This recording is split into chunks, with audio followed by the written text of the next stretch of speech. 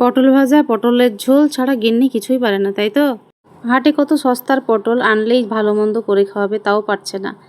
কিন্তু কি করা যায়, পটল দেখলে গা গোলাচ্ছে। শুধুমাত্র পটল ভাজা খেয়ে খেয়ে মুখটা একদম শেষ। তবে আর নয়, এবার নিয়ে এসেছে একটা পটলের দারুণ একটা টেস্টি মজাদার রান্না, যেটা খেলে গা গোলাবে না, মনে হবে হাট থেকে এই সস্তার পটলই তুলে নিয়ে যায় সব কটা কুড়ে। তো দেখতে থাকুন আমার ভিডিওটি, আর এইভাবে বানানোর জন্য গিন্নিকে বলে দেন। আর দিদি তোমাদেরকে বলছি, এর থেকে সস্তার রেসিপি আর কিচ্ছুই হয় না, শুধু দেখতে থাকো আর করতে থাকো। তো আসসালামু আলাইকুম বন্ধুরা, আজকের রেসিপি পটল দিয়ে চিংড়ি, তবে একদমই অন্যরকম।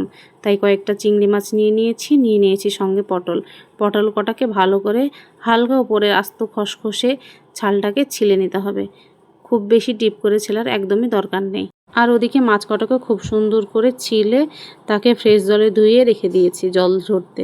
এদিকে পটলগুলোকেও দুভাগে ভাগ করতে হবে, ভেতর থেকে বীজগুলো তো বের করে ফেলে দিতে হবে, তো কারণ বীজ মুখে পড়লে বিরক্ত লাগে, তো তাই না বলুন? বীজ বের করা খুব যে কঠিন তা নয়, চামচের সাহায্যে খুব সুন্দর করে বীজগুলো কিন্তু বের করা হয়। তারপর আমি আবার এইগুলোকে ধুয়ে জল ঝরতে রেখে দিয়েছি।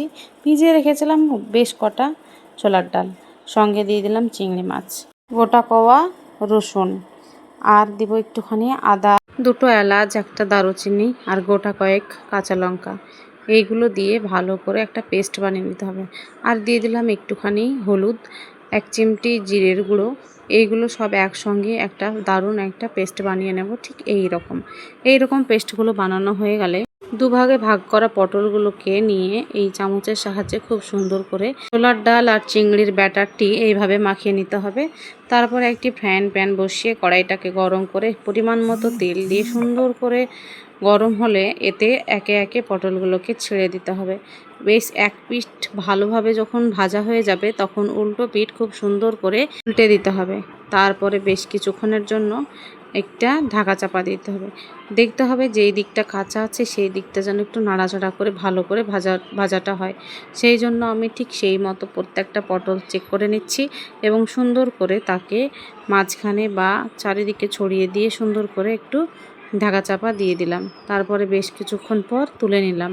তারপরে ওই তেলের উপরই বেশ কটা ফোড়ন আর দুটো শুকনো লঙ্কা দিয়ে দিলাম পেঁয়াজ, লঙ্কা এবং আদা রসুনের একটা পেস্ট। সেটাকে ভালো করে কড়াইয়ের মধ্যে দিয়ে দেওয়ার পর পরিমাণ মতো একটু হলুদ দিয়ে বেশ কিছুক্ষণের জন্য একটু নাড়াচাড়া করে নিতে হবে, কারণ তেল ছিটকে গোটা ওভেনটা একদম শেষ হয়ে যায়। পরিমাণ একটা তেজপাতাও দিয়েছি টেস্টের জন্য। মশলাটা খুব সুন্দর করে তেলের সঙ্গে মিশিয়ে একটু নেড়ে চেড়ে কষিয়ে নিতে হবে।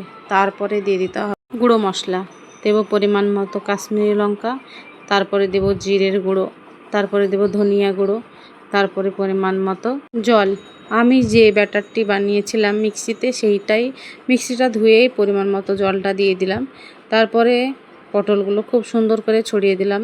ঝোলটা ফুটে ওঠার পর পটলগুলো দিতে হবে। তারপরে খুব সুন্দর করে একটু নাড়াচাড়া করে দিতে হবে। পর্যাপ্ত পরিমাণে টেস্টটা দেখে নিতে হবে। তারপরে স্বাদ মতো সব কিছু ছড়িয়ে দিতে হবে। হয়ে গেলে একটু ঘি ছড়িয়ে দিতে হবে। আজকের জন্য আমার রেসিপি একদম কমপ্লিট। তো মাশাআল্লাহ, দেখতেই পাচ্ছেন রান্নাটা কত সহজ এবং কত সুন্দর টেস্টি। আপনারা না বানালে বুঝতেই পারবেন না। আমার খাওয়া দেখে নিশ্চয় বুঝতে পারছেন আমি কত চেটেপুটে একদম সাফ করে দিচ্ছি। এত মজাদার রান্না, আগে যদি জানতাম তাহলে বারবার করে খেতাম। এমন রান্না বারবার খেতে ইচ্ছা করবে, আমি কথা দিচ্ছি। এইভাবে চেষ্টা করুন, তাহলে পটল ভাজা আর পটলের ঝোল খেয়ে খেয়ে মুখটা একদমই নষ্ট হবে না। বারবার মন চাইবে পটলেরই কিছু একটা খাই। তো আমার এই রান্নাটা যদি ভালো লেগে থাকে তাহলে অবশ্যই শেয়ার করে দেবেন, কমেন্ট বক্সে জানাবেন কেমন হয়েছে। আর নিজেরা যদি বানিয়ে খেয়ে থাকেন আগে থেকে তাহলে সেটাও আমাকে জানিয়ে দেবেন। তো কত স্বাদ মাশাআল্লাহ। তো আসসালামু আলাইকুম, ভালো থাকবেন, বাড়ির সকলকে ভালো রাখবেন। খোদা হাফেজ।